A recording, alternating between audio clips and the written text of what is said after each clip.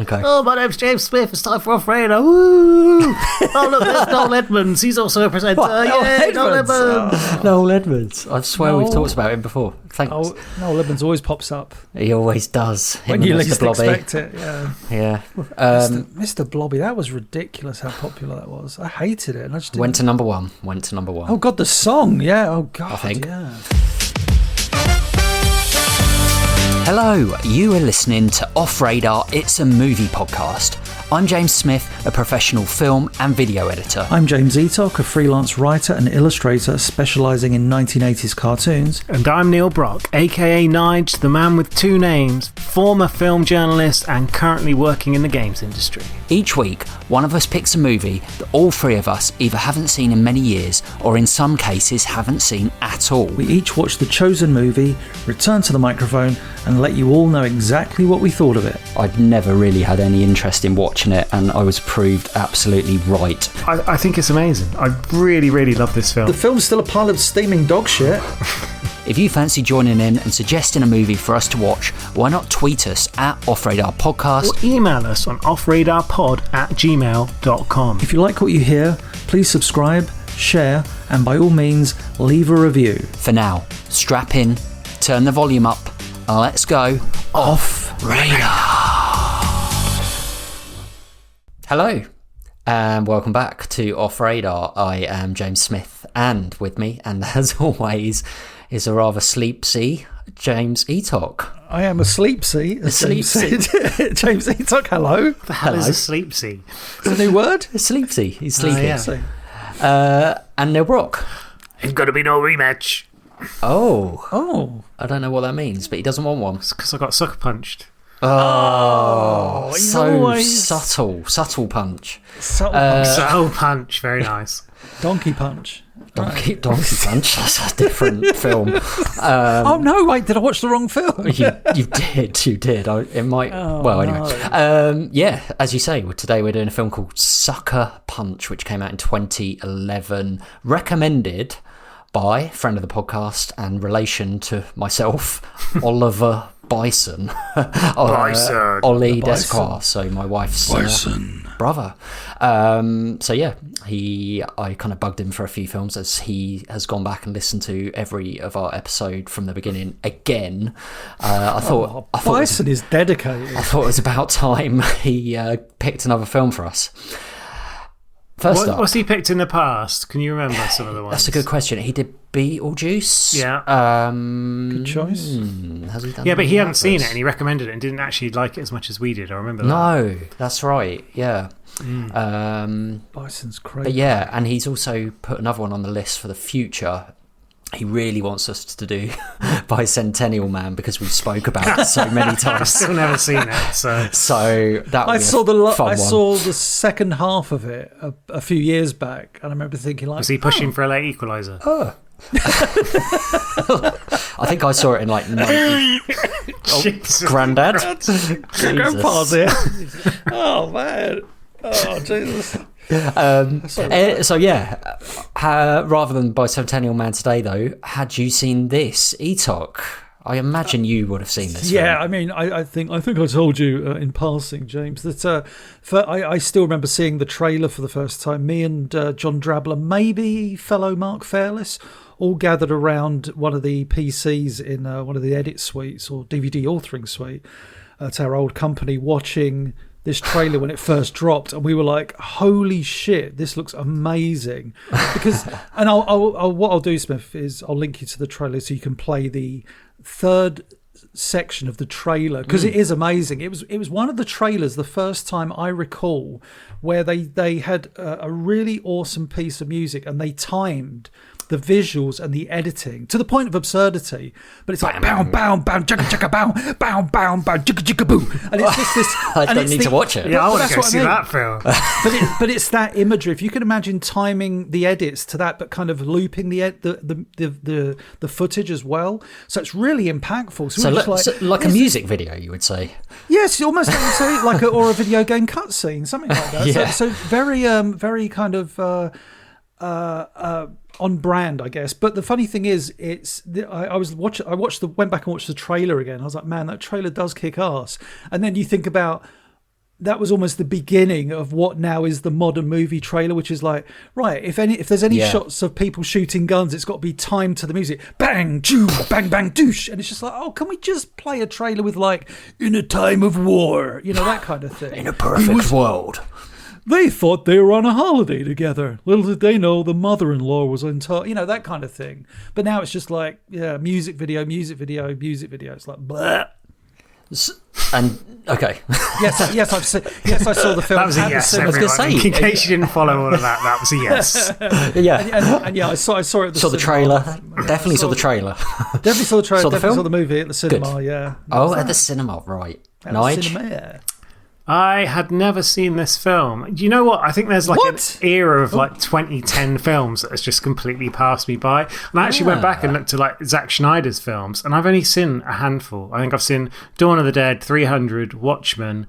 I think I've seen Man of Steel, and I watched Army of the Dead in the background once, and yeah.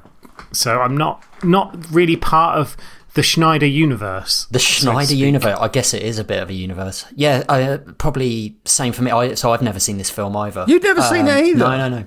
No. But I did watch 300 with Fairless actually at the cinema. I remember he was like, you've got to come and watch this with me because it looks really good. And I was like, okay, but yeah. I won't say what I thought of it just in case it spoils my review for this, I guess. But yeah, I also seen Watchmen. I wouldn't say I've seen loads of his work either. He obviously did like Justice League, and there were two cuts of that, wasn't there? Yeah, the first one. I think there's multiple cuts of every's. Oh, really? Zack Snyder film. Everyone cuts it down, basically. No, he tends to make it a bit longer. No, he puts more slow-mos in. He puts more cuts of. That's always the kind of joke about a Zack Snyder film. Is it like if you took out the slow-mos, it'd probably be an hour and a half, not 2 hours. It's like, oh, that's a much quicker, tighter film without all those slow-mos. But what do I know? I'm not $1 million paid director, so meh. All right, let's end the podcast there then. Thanks everyone for listening, and see you next time.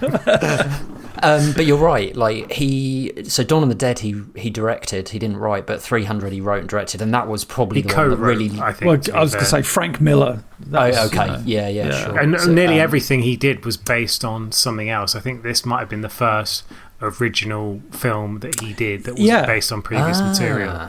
Yeah, obviously. Interesting. Watchmen, comic book, Superman films, obviously Justice League, everything. All comes from something. Yeah. Yeah. What was? Did you say the one of the most recent ones was there? The one with Dave Bautista in? Was that Army Dawn of the Dead? Yeah, Army of the Dead. It's like a follow-on to the Dead series, so to speak. I remember watching someone review that and saying one of the most frustrating things about that film is that at some point, and we may have caught this watching it, there's like a dead pixel on one of the cameras. So what you see in so many shots is a dead pixel, and it's like. Yeah, and they didn't paint it out in this so you know which camera is being used when this dead pixel keeps showing up, and I was like, once you see it, you can't unsee it. Come on, it's the Army of the Dead, so you need a dead pixel to join in the army. Oh, NIGE, he's right. It was intentional. It was intentional. Easter egg. We're going to have a zombie pixel. Schneider probably says it was. So I guess Schneider he. Probably, I don't actually know this. I imagine he started off in doing music videos and stuff. No, I don't know his background. He just did like short films. Just that was it. I think from his perspective. Is this our first Schneider film? Is it? Yeah, well, he actually was born and raised in the UK, which I didn't realise. I didn't know that. Yeah, and studied in London for a bit at an arts university or college, I think. Oh wow! Then he moved to California, studied at the Art Centre College there of design. His classmates, bit of early trivia, included Michael Bay and I was going to say and Tarzan Singh, who's probably best known for. I know that name. What did he do? The Cell, which is absolutely. Oh my god! Yes. Yeah, the bonkers one with Jennifer Lopez. Yeah, I went to see that at the cinema. Literally one of the worst experiences my friends and I ever had at the cinema. We were like, we want to leave, and then afterwards it was like, this was made by a music video director. Actually, I'm talking out of my arse, reading a bit more about his profile. Yes, he did music videos for ZZ Top and Morrissey. So what do I know? Apparently he did, but yeah, that does make sense. Of course it does. And he did a Respect Avett for Budweiser as well. So, yeah, it was definitely that commercial glossy commercial music videos, which obviously ties into his style. Yeah. I'm seeing those adverts and seeing how much slow-mo he actually uses. I'm being serious. I'd like to see his style on those adverts if it's evident. Well, yeah, I think that was the thing in 300, wasn't it? That was the thing, the slow-mo style and this almost... In fairness to 300, I mean, he was bringing to life literal comic book panels by Frank Miller. So I think the slow-mo lent itself to that because of the way the visuals, the comic book medium. Sometimes, like, you're seeing a panel, you think of the classic one of the, kicking the people off the cliff, or all the people falling off the cliff as the 300s, like the Spartans are charging, all the people falling off the cliff. And I think that shot would look weird in normal motion. In a comic book panel, it's almost like it feels slow-mo in the comic book panel. So I think sometimes that slow-mo technique does work. I think you can, focus on moments in the movie. I think the problem is, the longer he's gone on, the more I think it's slow-mo he's used. You're right, more in later work where it's like completely overused. But it's just come on, man. Restrain. Absolutely. And starring, I wouldn't say I've seen much of her work, to be honest. Emily Browning, I guess the one I didn't even realise she was in, but I've seen is Legend with the two fucking Tom Hardy, playing the Cray brothers. Playing the two brothers, the Crays.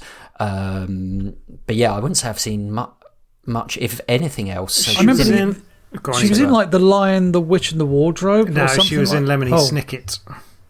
Oh, that was it. Because my friend and I went to see that at the cinema, saw her in that, and was like, she's quite striking. And then she turns up in this film, and it's like, is that the Jim Carrey thing? She's God. She was in Ned Kelly as well, which I vaguely remember seeing a long time ago.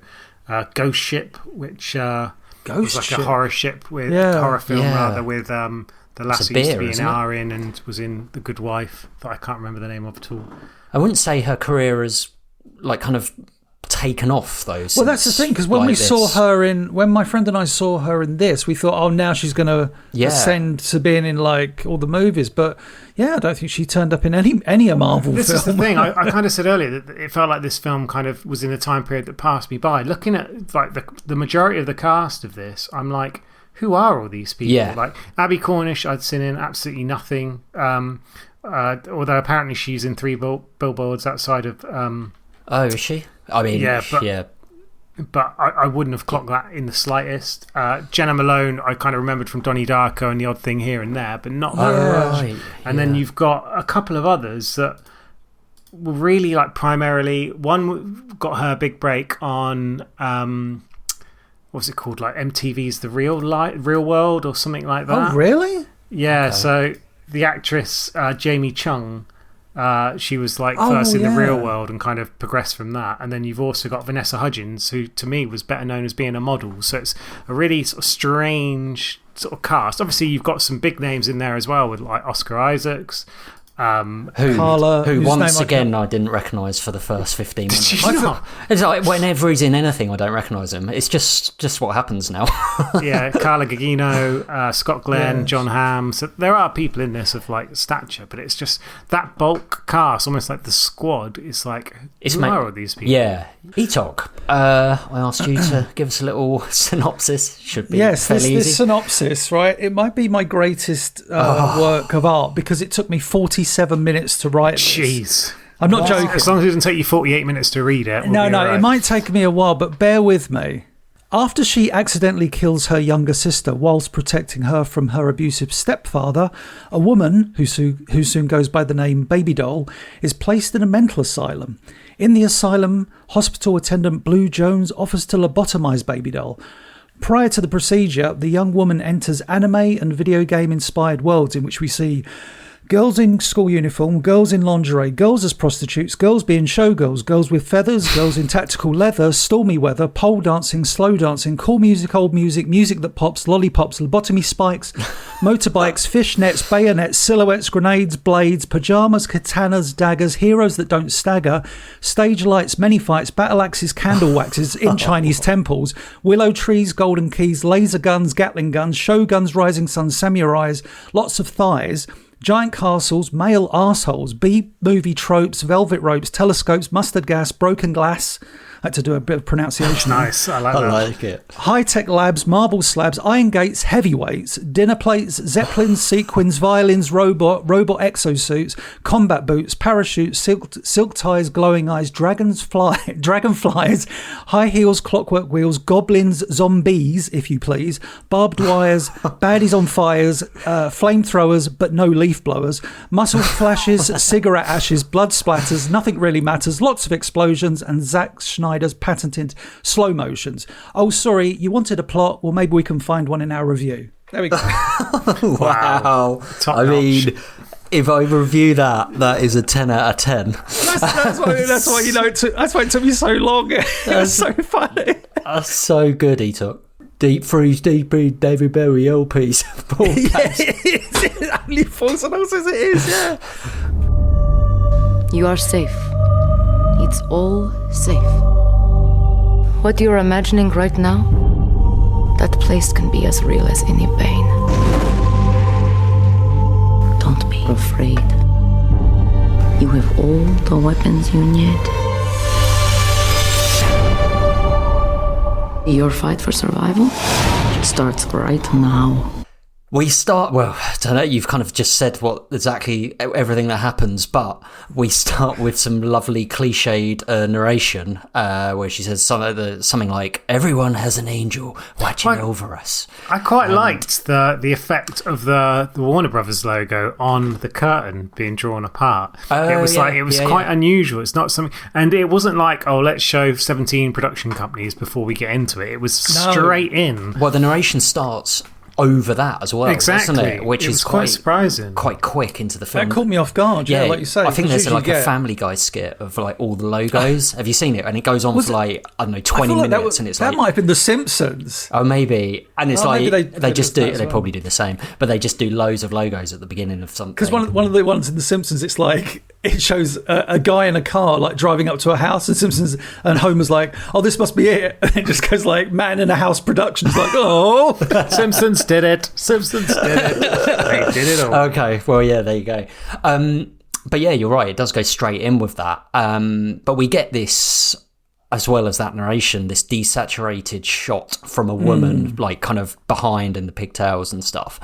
But straight up, it's the style of this kind of opening sequence that we, as you say, you know, where she shoots her abusive stepfather and then, well, tries to shoot at him and misses and that. But it's like, whoa, all of a sudden, straight away, we've got this big lights, like bright lights, the blue, you get the slow-mo rain that is kind of made to look not real. It's like, it's not trying to be realistic CG. It's almost like that RRR sort of video gamey sort of look like everything that follows in the film, and especially later in the film. But also we get the kind of eye roll inducing version of Sweet Dreams, where it's just like the Eurythmics. Sorry, Nige. Yeah. Oh, was that? So what did you say it was? Eurythmics. Yeah. Oh no, but it's like a modern kind of like Sweet Dreams. Man. It sounds like Evanescence or someone like that. Yes, It really exactly. did. As soon as I heard it, I was like, oh my god, what is this? It was Emily Browning, the lead star, was actually singing that.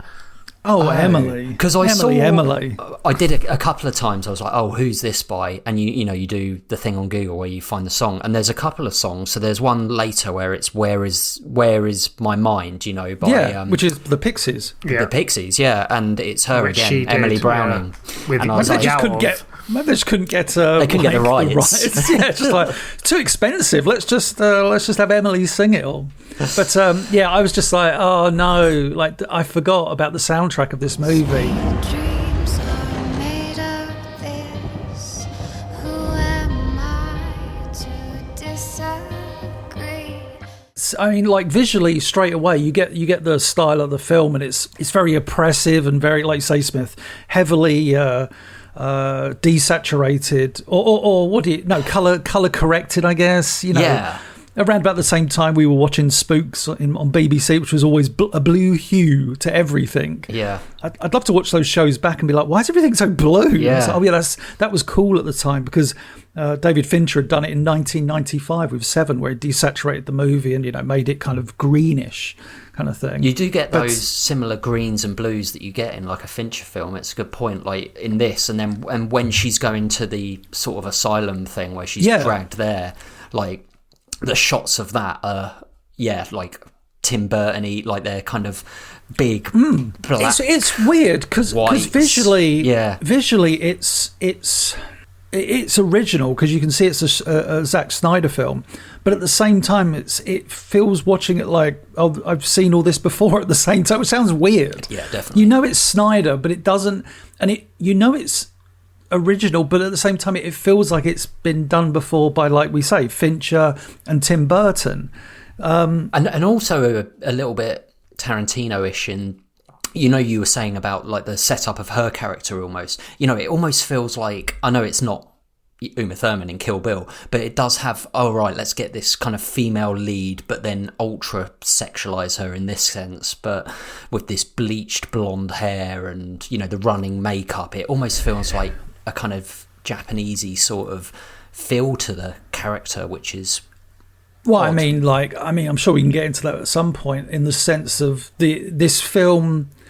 I feel like I'm jumping ahead a bit here, but it feels very much like it's just borrowed lots of things. Yeah.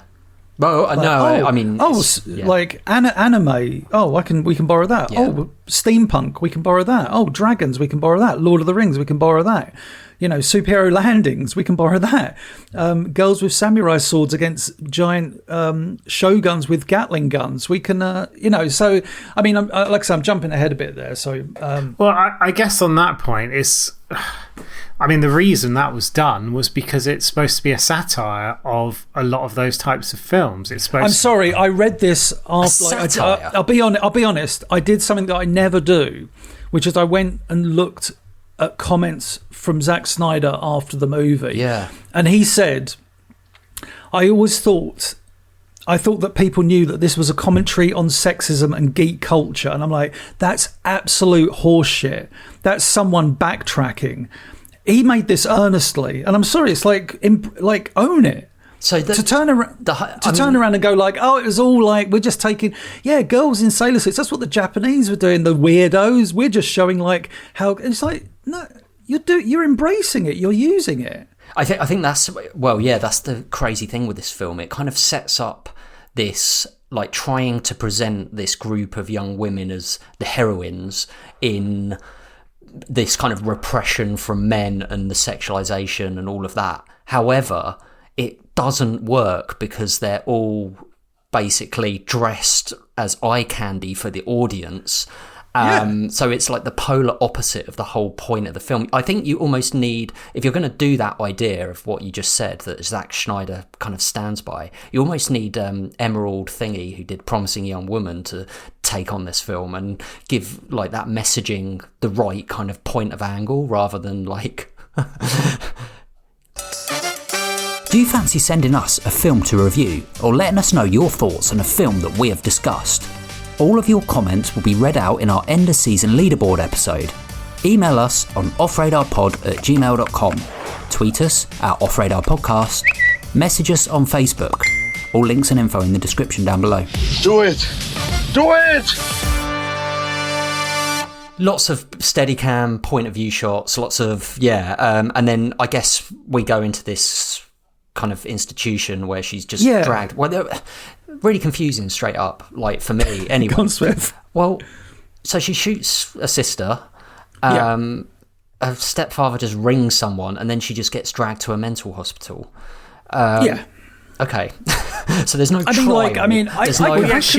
Her father's basically discovered that her mother dies. Her father discovers that in the will everything's been left to the two kids. So he's like, right, I've got to deal with the kids. And he goes into either rape or kill the younger sister. Yeah. She sneaks out, tries to stop him. It all goes horribly awry. And it gets to a position where he's got a legal right to put her into a mental institution, therefore taking control of the family fortune. But there's in doing so, no police. There's no But there is, the police show up and they're there like when she comes out of the house. But the idea is she's going into this mental institution, and she has his son, who is played by Oscar Isaacs.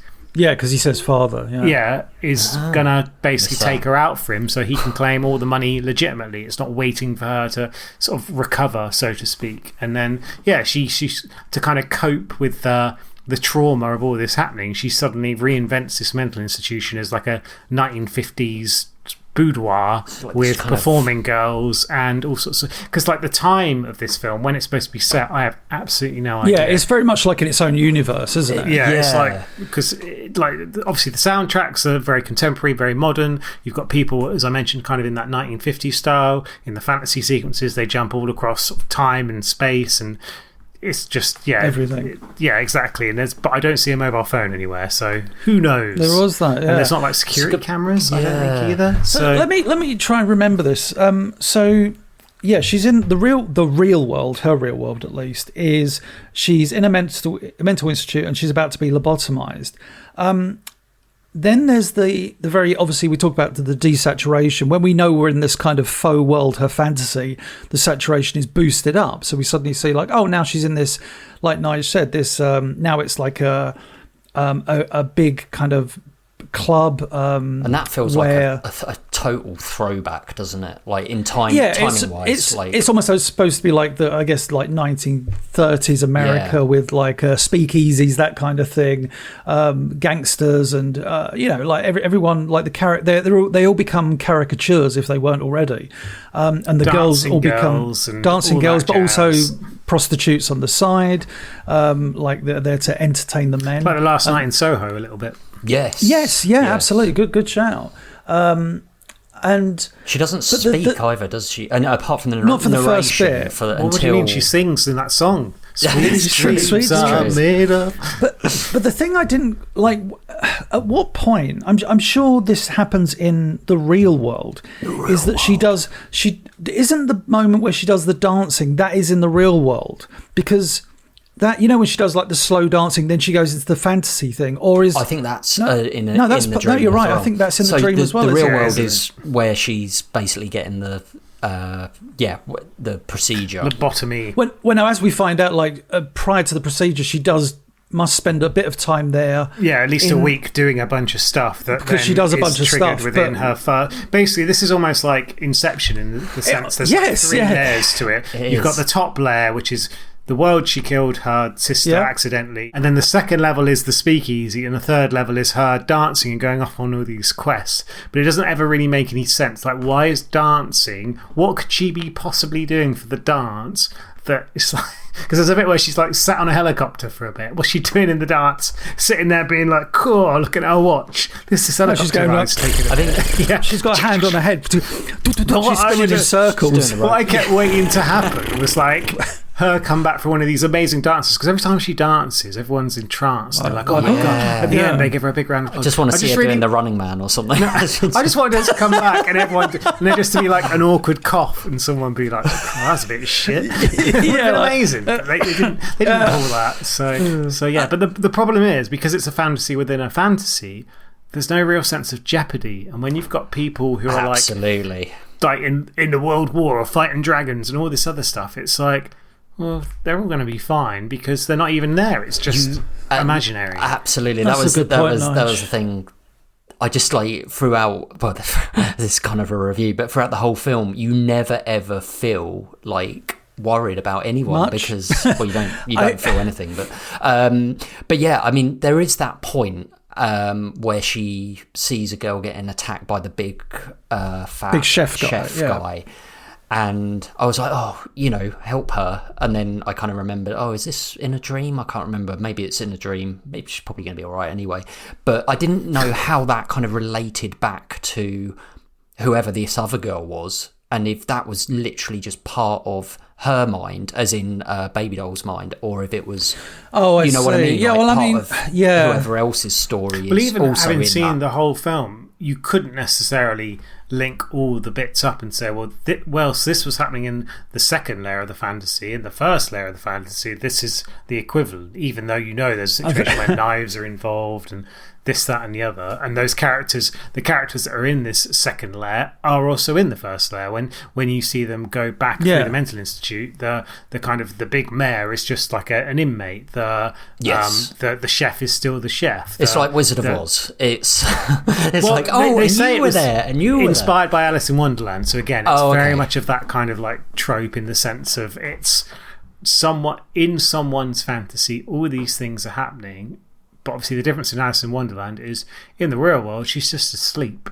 In this, she's actually also doing things which may or may not relate to the fantasy world. It ain't no big thing. I gotta admit, my anus crunched up when Oscar Isaacs was doing the Roxy Music cover. And it's like this whole, it goes on for about 4 minutes, and it's him covering Love Is the Drug, and like a great Roxy Music song.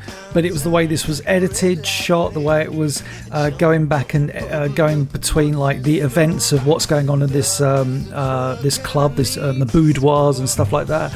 And it was, and you had Carla, I always forget how to pronounce her surname.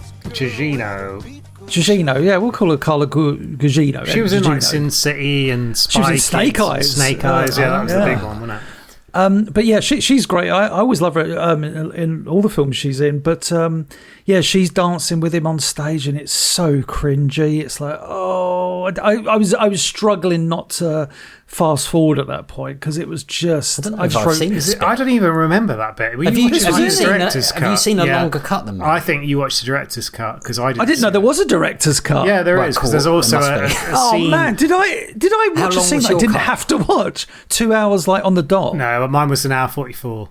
Yeah. Oh man, I had to watch more. Yeah, I watched more. A crucial scene at the end where, going into sort of spoilers, I won't go too far because obviously we'll get onto it, but there's like a sexual advance which isn't in the original cut, and I believe the original cut was declared a PG-13, whilst obviously it's the first film that Zack Snyder did that wasn't an R-rated movie in America, so the equivalent of what, 15 is that? Yeah. So I think that may, without knowing, because obviously we didn't see it, the only thing I know is there's a scene where John Hamm's character advances on Baby Doll. Did you see a scene like that? Yeah. That wasn't in the cut we saw. No, I didn't see it either. Oh! So you've watched the wrong film, I'm afraid. No, I watched a longer film. Exactly, that's why it's the wrong film. Wow. I mean, let's see if that influences your review. God. So the first kind of mysterious... I was thinking, I never remember a Roxy music and I don't remember Oscar Isaac doing a routine or He does like a red curtain, it's him and Carla doing this whole... There is a scene in the credits where you can kind of see elements of that cut into it. Oh, right. But not in the original cut. No.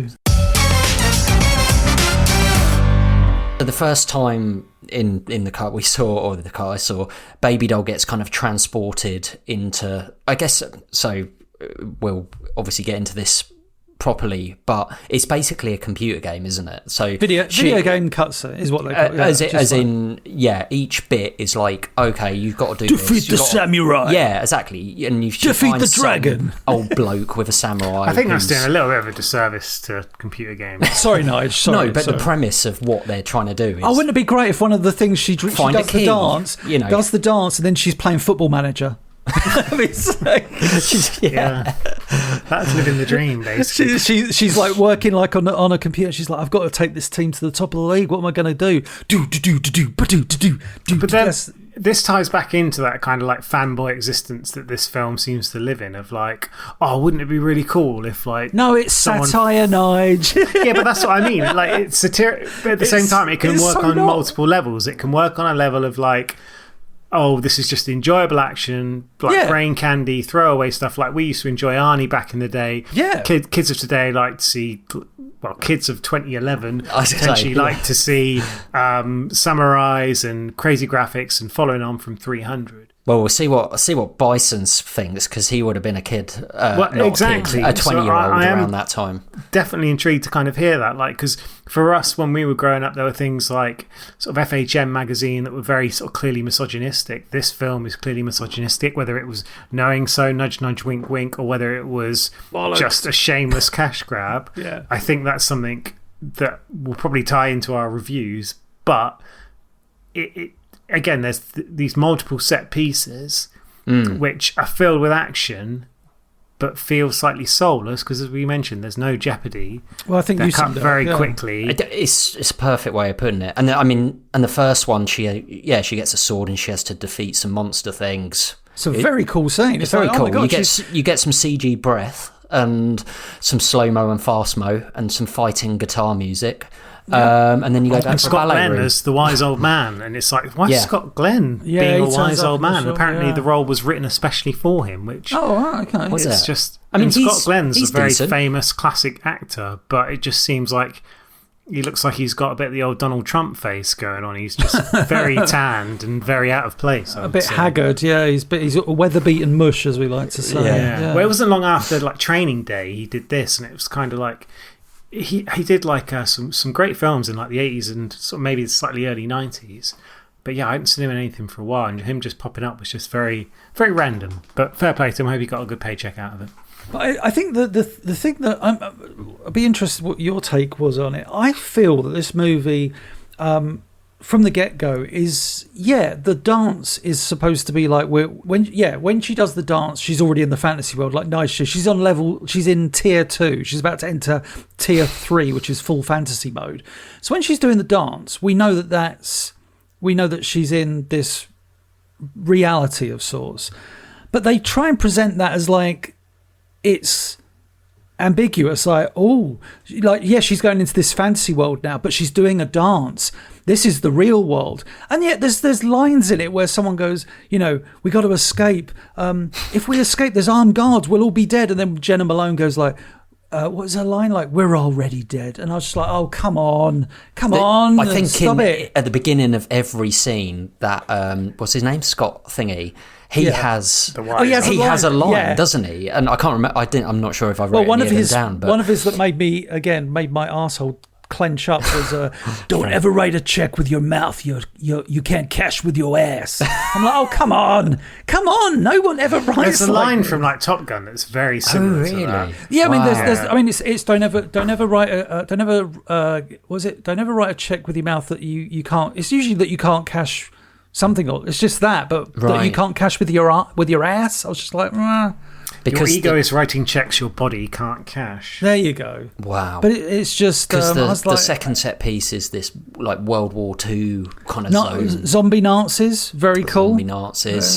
They have to get that was very big in 2011. I'll be honest. Yeah, robot like the thing. Robot suit. She gets in the giant robot suit with the bunny logo because that's mechanoids like giant mechs again. All Japanese. See, there's a little bit of computer game influence here, because I think every game released around that period had like a zombie mode. Every Call of Duty, it was like, just fight a bunch of zombies for ages. Yeah, of course. I mean, it's that kind of suit thing was very we talked about it in Edge of Tomorrow. It was in District 13. The bit where they kind of jump into she gets into the big suit. Yeah, but that you go back to Japanese animation, we're doing that in the like late 70s, and then obviously you when you want to kind of make it a bigger Hollywood thing, you think of like Ripley in Alien with the big robot. Yeah, you think of Power Rangers, mate. Come on. Sorry, the Megazord. Think of the pink Power Ranger. You stare wistfully at the sky and you get your wank sock out. That's what you do. Don't you dare deny it. Oh my God. Amy Jo Johnson. Oh my God. Oh, I see he remembers. Right. Here's the drill. Germans are preparing a report for the Kaiser. It's a map. How do we intercept it? You're going to cross no man's land, enter the enemy trenches, and take the map from the field commander's bunker before the courier can reach the Zeppelin. Sounds what like else fun. do we get? There's a Lord of the Rings ripoff? Fantasy world where she basically wrestles a massive dragon and cuts its neck and pulls something out of it. And then there's lots of fire, like really unrealistic fire. There's lava, fire. Lots of knights charging in that get burnt to a crisp. And then like Jupiter randomly in the background as well. Jupiter's in the background. To be fair, like some of these scenes are like incredibly well put together in the sense like the kind of aesthetic and I will say this, point of view and from an achievement point of view. Well, yeah, like Nige mentioned that this guy was in the same, did you say same class as like Michael Bay? Yes. Michael Bay's, I would say most of his modern action scenes are just a mess to look at. You can't figure out what's going on or who's doing what, especially in those Transformers movies, the first couple I saw. That, yeah. just awful action scenes where it's just like, what robots, and the camera's going under them and everything. I was just like, what? I don't want to say. The action, as absurd as it is in these action scenes, is always really easy to follow. I mean, maybe that has a lot to do with the way he uses slow-mo at times, but he doesn't overuse it, I find, in the action scenes. But he does. What I like about Zack Snyder as a director is, even though he's got a very particular style and maybe it's limiting in some ways, he manages to set the stage really well, and he does quite a lot of wide shots, I find. And I think that establishes where everybody's at. So when it comes to like, oh, she's fighting giant samurais with Gatling guns, or she's like in this confrontation with the dragon, you kind of know where everything is and who's where they're supposed to be. And even in the air battles, because we've got giant zeppelins in this. I can't remember if that was. I think it's in the World War II scene. That would make more sense. Yeah. But yeah, those like really well shot and everything, and yeah, like Smith said before, there's a lot of CGI in it, but I don't think it's that even though this is 2011, I don't find it's that CGI that makes me go, ugh. It didn't make me uncomfortable. I didn't find it jarring. I thought, and I think maybe, I don't know if this film did try and do it when they were making it. They just thought, yeah, let's just lean into this whole video game thing. Like, I think it does, doesn't it? I don't think it ever tries to say this looks real, because it doesn't. I don't think it's necessarily looking real. I think it all works within the world that they've kind of created. I still think it's less computer game and more just fantasy. It's just putting all the random fantasy bits. I know a lot of computer games draw a lot of their influences from the fantasy realm, but I'm not sure. It's more the kind of mission kind of part of it, isn't it? Yeah, like it's like stage. You've got to collect these things. It's almost like aspect. Zelda or something. And that's actually. But I mean, even then, like when they're in the first sort of fantasy layer, she flips over the chalkboard and writes the key, the knife, the whatever fire, it is. Yeah. So it kind of takes on. There's like missions all the way through this, I suppose. But it would have been good if, like, she turns over the chalkboard. It's like Earth, wind, fire. Well, what's the song? Captain Planet. Fire, wind, water, heart. I thought you were doing like Earth, Wind and Fire, the musical act. We haven't really spoke about Oscar Isaac either, and his character. Yeah, this slimy sort of. What is his role? I don't even know what his role is. He's a hospital or he's an orderly at the mental institute. But within within the fantasy world, he's like the boss at the manager, as it were, running the club. So yeah, it's. But everybody's really impressed with her dances when she goes into this world, including him. I think at times he even like has a tear in his eye. Of how, it's like entranced. I think everyone is a little bit to the point where they even get the mayor to come along and they have this like hip hop music and quick cuts of like a cigar, and they do one bit where it's a mashup of Queen and some hip hop thing, and I was just like, stop it.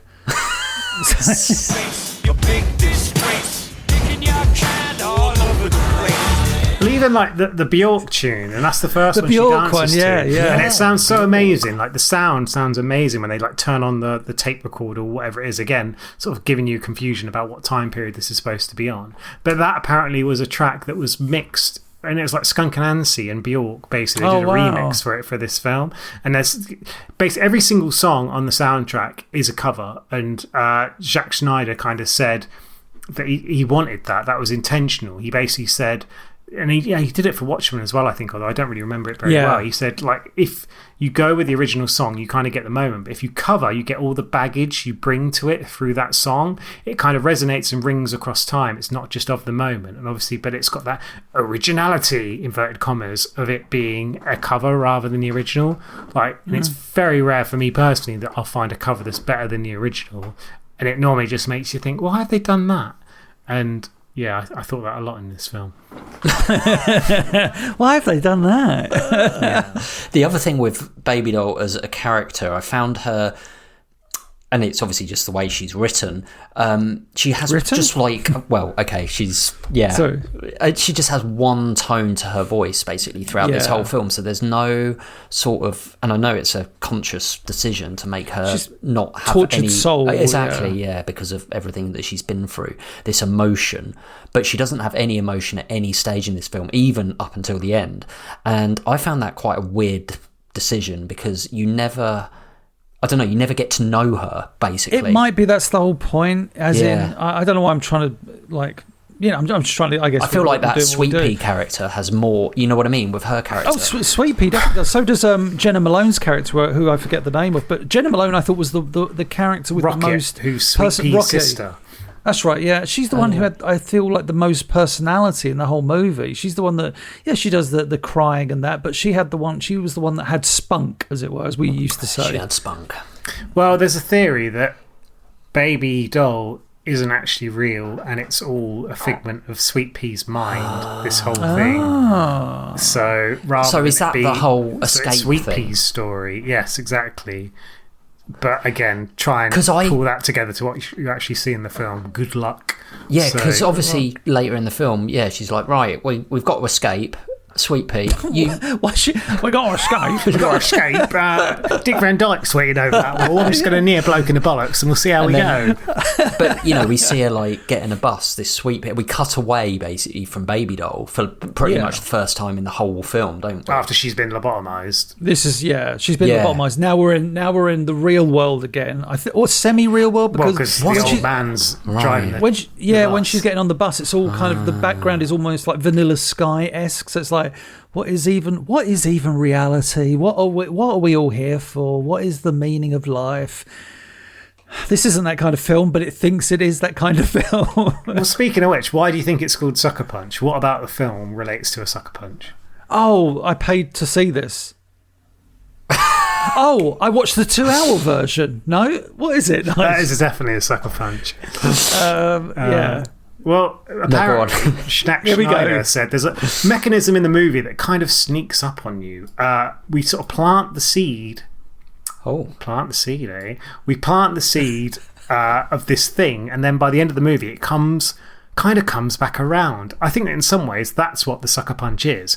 But also, you, the audience, have a preconceived idea when you look at Baby Doll.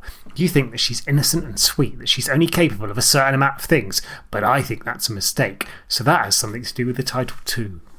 I feel like this is when Guy Ritchie made Revolver, and everyone said this is one of the biggest piles of shit ever, and Guy Ritchie said, no, you don't understand. And then there's that classic, and it is classic DVD commentary that I believe Adam and Joe ripped to pieces, where it's Guy Ritchie explaining his movie on the commentary, and it's him going like, you see, in chess there are numerous moves, and it's just like, we just want to watch the film. We just want to watch the film with Jason Statham and the bloke from I forgot the name of the band now. Outcast. I've still not seen Revolver, but there you go. No, I've never seen it. No. Oh my God! Don't speak about it too much, or someone's going to recommend it. We're going to do that. So I'm going to recommend it. It's going to be that. I'm going to recommend it. But Don Draper shows up in this film as well. There you go. Yeah. And he played. It's funny, like John Hamm's in it. When I thought Oscar Isaac was hamming it up all the way through the film, so he was. I don't get it. But yes, he shows up as both. What do they keep calling him? The high roller. The high roller. But he's also the doctor. Yeah. He's also the lobotomist. Yeah, because in the Etox version, he's the sex pest. Oh, he's the sex pest. Right. I was just. It's funny. Like, this couldn't have been the one I saw in the cinema, because I remember, like, you see when the lobotomy is about to happen, you get a glimpse, and it's like, oh, it's John Hamm. I remember when I was watching this, it's John Hamm. And then at the end, I was like, I don't remember him being in this film this much. He's I remember, not in it at all for the one I remember the bit at the end when he goes, well, there's a bit afterwards, and he goes, that look in her eye. Yeah. So that I remember that in the film, but I didn't remember the bit before where they're in the boudoir, and I was like, I don't remember this at all. But I guess I don't remember much of this movie. But now we know why, because I watched the extended cut. Yes. Well, do you want to hear about this bit? So Yeah, let's have some trivia then. Yeah, I guess we're edging that one. There was originally a scene between the High Roller and Baby Doll where he seduces and makes love to her. The MPAA demanded it be cut down, and the scene ended up looking like he was taking advantage of her. Zack Snyder felt this sent the wrong message, so eventually cut the scene entirely, but featuring it in its full form on the director's cut release. Both Snyder and Browning were both very vocal about their displeasure about it being removed. It wasn't Zack's intention.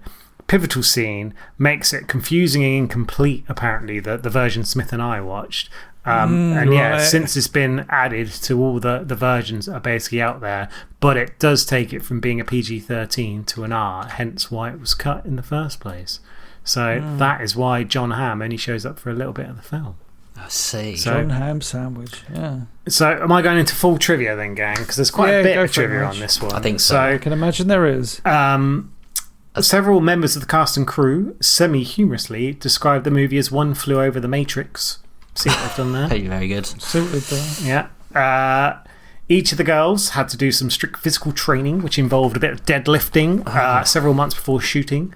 Vanessa Hudgens, from her model background, has called that period tormenting and broke down several times. And in scenes where she's seen crying, she actually brought out moments from those sessions. So, yeah, I would be crying too if I was her. Quentin Tarantino named this one of the worst movies of 2011. I thought you were going to say he loved it. Yeah. I was like, please, Quentin, no. Meanwhile, on the flip side of that, director James Cameron praised Snyder, listing him as one of the filmmakers who have created their own cinematic language. Was that just as he was writing Avatar 22? Quite possibly, yeah. This film cost between like $75 and $80 million. It actually made $90 million back, so just about sort of, I don't know, cleaned its feet, whatever the word is I'm looking for. Yeah. But Jenna Malone was so upset by the film's poor reception, she nearly quit acting off the back of it. Wow. Meanwhile, Emily Browning had almost been, she seriously considered giving up acting anyway, but Schneider, working with him, convinced her to stick with it. And if you look at her sort of filmography, you can see there's quite a lot of gaps. Yeah. Like since 2015, since 2017, she's only made 4 films, so it kind of shows that she's. Wow. And she, as we mentioned, she's done a bit of singing as well. She's on the soundtrack. The soundtrack was really well received. The album made number 22 in the Billboard 200. It was very, very well received. Sold a lot of copies as well. But yeah. Very exciting there. Zack Snyder described the film as Alice in Wonderland with machine guns. I see what he's done there. Very clever. It's the tagline for the poster. He's done it himself. Yes. And then we love a bit of casting, so let's play some casting fun. Here we go. Go on. I'm not even going to say Robin Williams' name. Oh, too late. So Baby Doll. There was 3 people that were originally cast. Obviously not all at the same time. 2011. I'm going to say go on. The girl from Scott Pilgrim. What's her name? Mary Elizabeth Winstead? No. Oh. I'm going to go for Jessica Alba. Good. I like it. Good shouts, man. I think she yeah, maybe. But no, it wasn't. It was Amanda Seyfried. Okay. Wow, okay. Amanda Seyfried, yeah. Olivia Thirlby, who we saw as the sort of assistant in Dread. God, the one who can do the mind stuff, yeah. And Mia Wachowski as well, who was in, I believe she was in Alice in Wonderland, wasn't she? Oh. Yeah, but they all dropped out before Emily Browning was chosen. Evan Rachel Wood was first choice for Rocket, but dropped out due to scheduling conflicts, and Jenna Malone replaced her. She obviously went on to do Westworld, was famously not a big fan of Marilyn Manson after their relationship. Angelina Jolie was considered for the role of Dr. Vera Gorski as well. Oh, okay. And then Amber, played by Jamie Chung, apparently Emma Stone was offered the role. I swear we mentioned this in the Emma Stone podcast, and Frida Pinto as well were both considered for that role.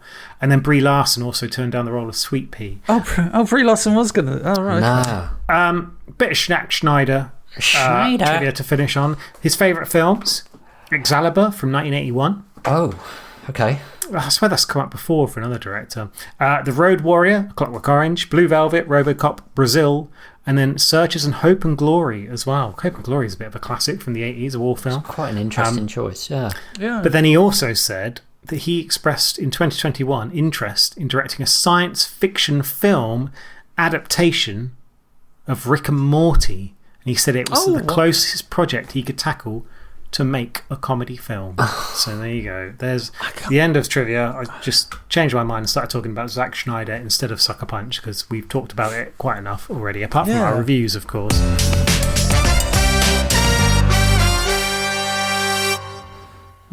Well, there you go. There's some interesting trivia. I really want to hear what Bison thought about this film. Well, Biden.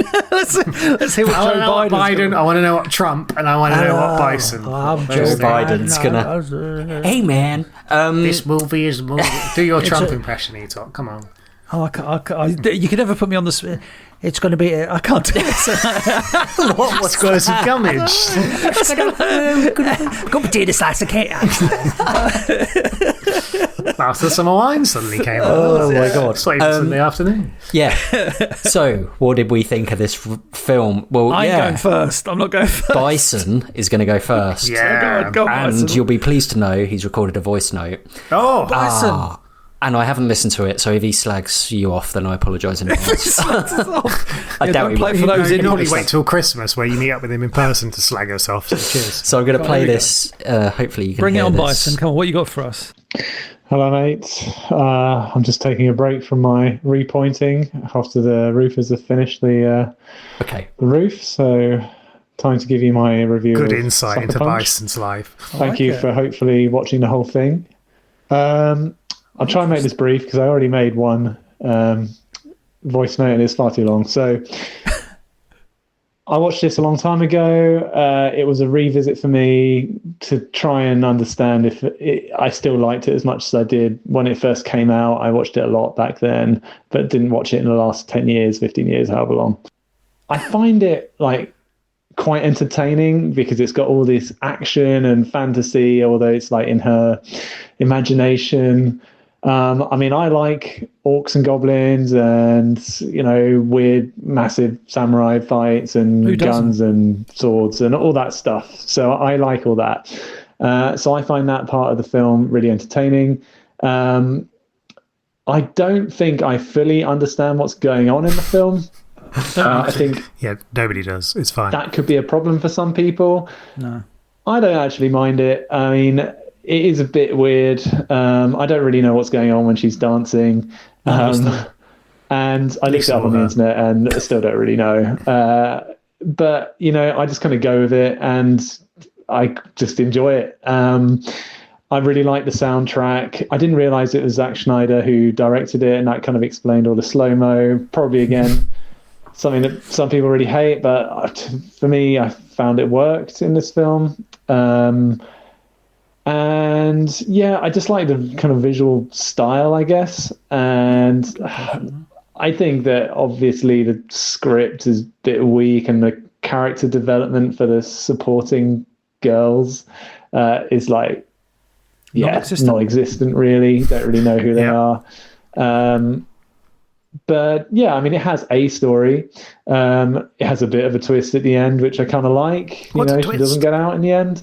I don't really like the kind of voiceover. I think that's kind of really a bit cringe and it's like Blade Runner actually detracts a lot from the beginning and the end, to be honest.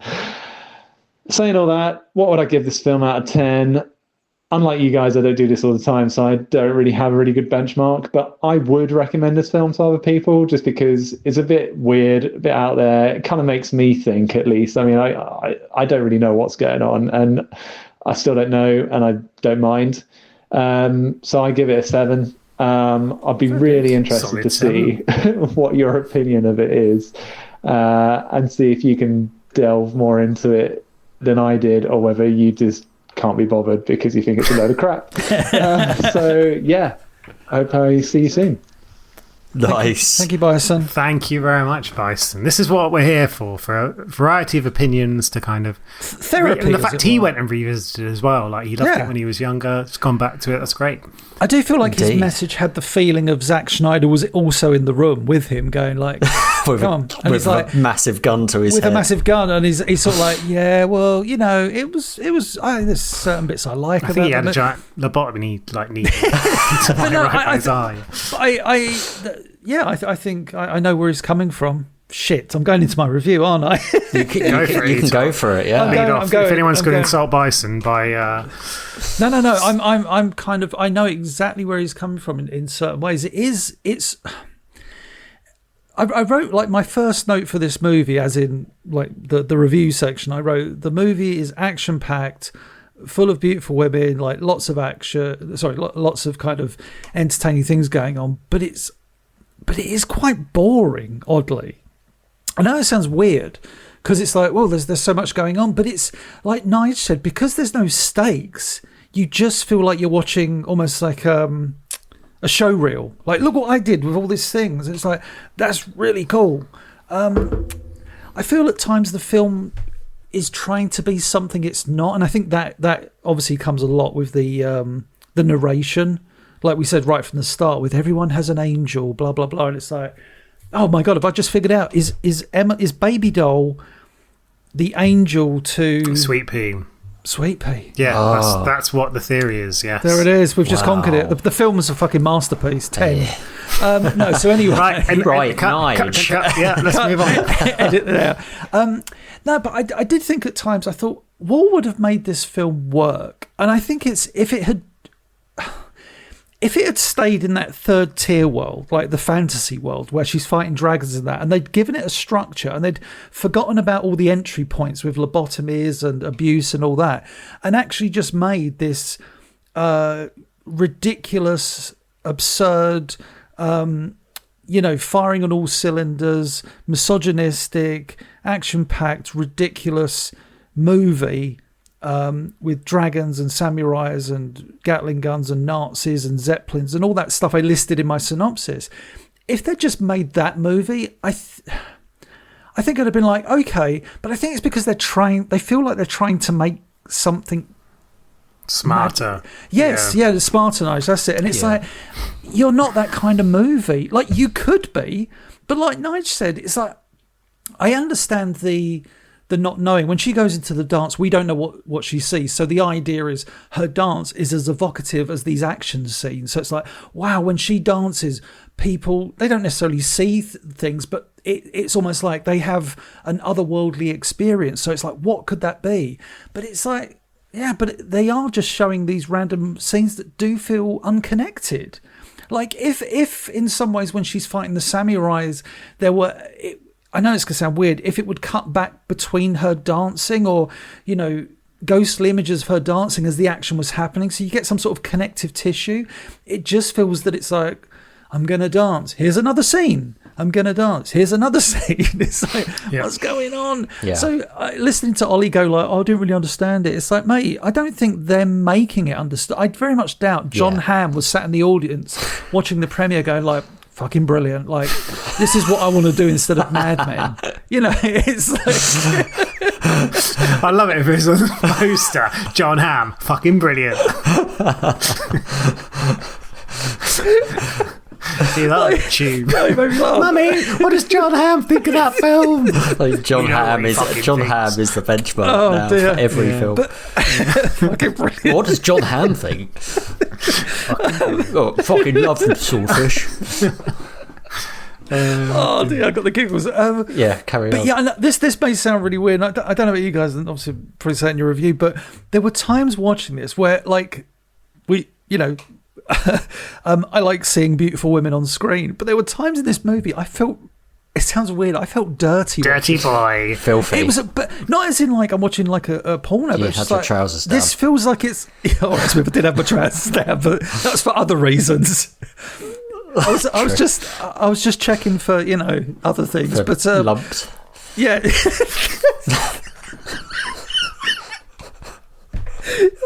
way he said that. Lumps.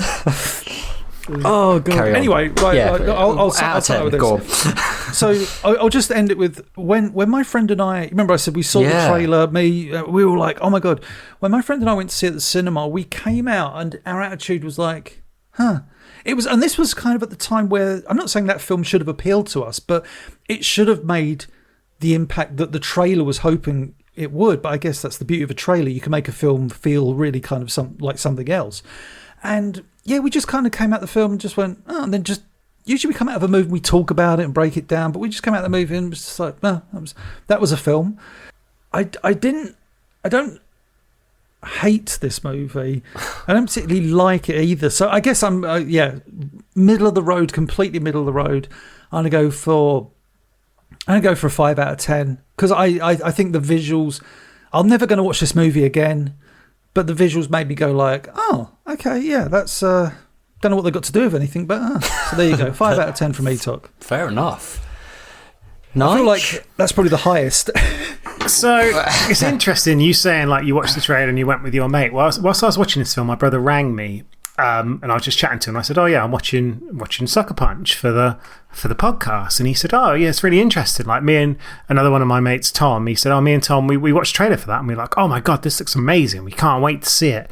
They rushed to the cinema. And my brother, like, I remember he went and saw The Matrix before anyone knew anything about it. Like, he's got a really strong taste in films. And they rushed to see this film, and they watched it. And at the end of the film, they just turned to each other and were like, "What the fuck was that?"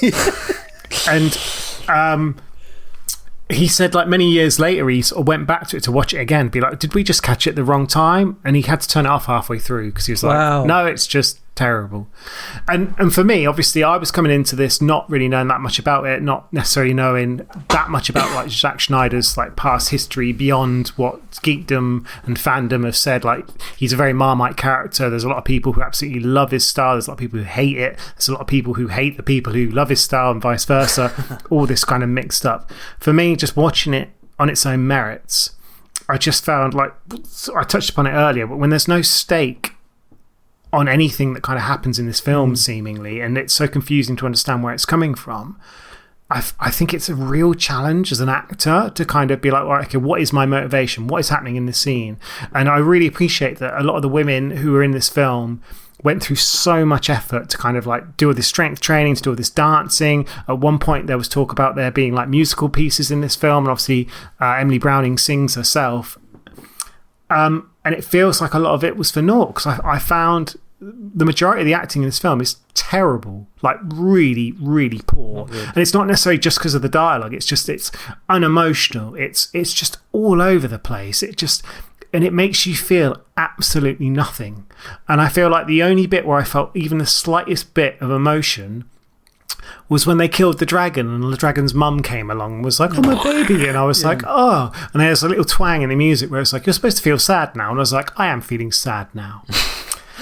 But beyond that, like you said, Etok, Jesus Christ, this film was so boring. Like, after about 50 minutes, I was like, how much longer is left of this film? And I wasn't even watching the director's cut. Like, I really, really struggled with this film. I just found it, it was just, and I kept saying to myself, it's okay if it's fantasy, like films like Alice in Wonderland. But then I'm thinking of a film like Jacob's Ladder, where the entire film takes place in his mind, and yet it's done with such care and such precision and such storytelling and such emotion.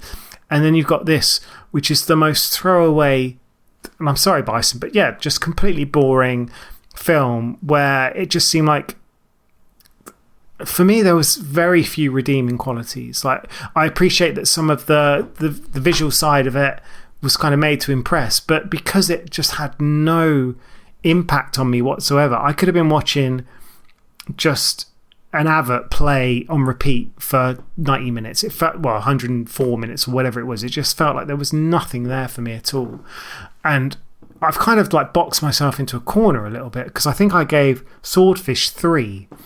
And yet I found Swordfish considerably more interesting than this film. So I can't go any higher than 3. I'm going to give this film 2, because honestly, that's how I just thought it was an absolute dog's dinner. Like, just so few, for me, redeeming qualities. Just no heart. Everything that's wrong about filmmaking. That was actually, I love that. No, he said no heart. That's so perfect. It's just none at all. And you don't care about anyone in this film. The fact Sweet Pea gets away at the end, you're just like, fuck me, I hope that bus crashes. It's just, honestly, no. What's the quote you say at the start of every Off Radar podcast on the intro, Smith? Like, I had no intention of watching this film, and I was proved absolutely right. That was what this was from. Yeah. Oh, wow. In my From the imaginary. future. So Smith, Right now, Smith's doing a dance. Exactly. doing the Running Man. Let's go. Yeah, well, firstly, Bison, thank you for recommending this film. Bastard. I'm sorry, I didn't enjoy it as much as you did. I really am. My relationship with Schneider, I would say, is very similar to Nigel's in the fact that I hadn't seen much of his work. I said at the beginning, I went and saw 300, and there was so much hype around that film, and I felt so cold walking out of that film and felt like it was just basically a visual piece, and that was it. And I totally agree basically with what kind of Nigel's just said. This, to me, just felt like a load of cool set pieces, but story, right? Zack Snyder should not be allowed to write films because... You're right, Etok, like visually, like it's strong in places and he's got some really good ideas, but the story is just so terrible. There is no heart. There's no one I cared about in this film. Like even Baby Doll, like in the real world at the beginning and the end, even when you actually know the stakes and you rightly make the point that there's no jeopardy throughout. But even when there is, I didn't feel anything. I really hate the way that they, like you said, like Schneider's kind of backs it up, like this whole kind of thing where it's like, right, we're modern women and we're going to kind of celebrate this, but it doesn't come across like that at all. It comes across as, she's fit. That's exactly what it is. It's basically like doing the opposite of what the intention should be or is trying to be. What he's claiming to be. Exactly. The narration is terrible. The dialogue is written awfully, so badly written that it makes some good actors like Oscar Isaac look like one of the worst actors I've ever seen on screen. I wrote down a score. I won't go over everything, because I agree. I was really bored and kind of like, oh man. I wrote down a score and it's very similar to Nigel's. I wrote a 3 out of 10. Wow. I get it. I just couldn't get on board with this film. I really wanted it to end, and I didn't see the long cut either. So how you gave that a 5 and watched it a longer version? You should be fortitude. Yeah, well, congratulations. Well, like I say, I think my 5 is. I mean, it's somewhat generous, but it is just like visually. I think the film is really strong. And I can kind of understand why some people will watch this like Bison and go, it's kind of cool. And if you saw that at the cinema, maybe you kind of. But yeah, for me, I do wonder if the cinema did give it a different perspective. I know it obviously didn't for my brother. I know you left and you were a bit meh about it, but that's the kind of environment for this film, like a grandiose, bombastic. There you go. That's what we thought of Sucker Punch. Was that a sucker punch for you guys, or did you really enjoy it? Was it a donkey punch? Yeah. Another sort of. Was it a rabbit punch? What kind of punch was it? Get in touch. Email us at offradarpod@gmail.com. Tweet us at offradarpodcast. Give us another film to watch before we beat you to the punch. He's done it again. See you next time done it again. on Off Radar. Thank you. Love you. Bye.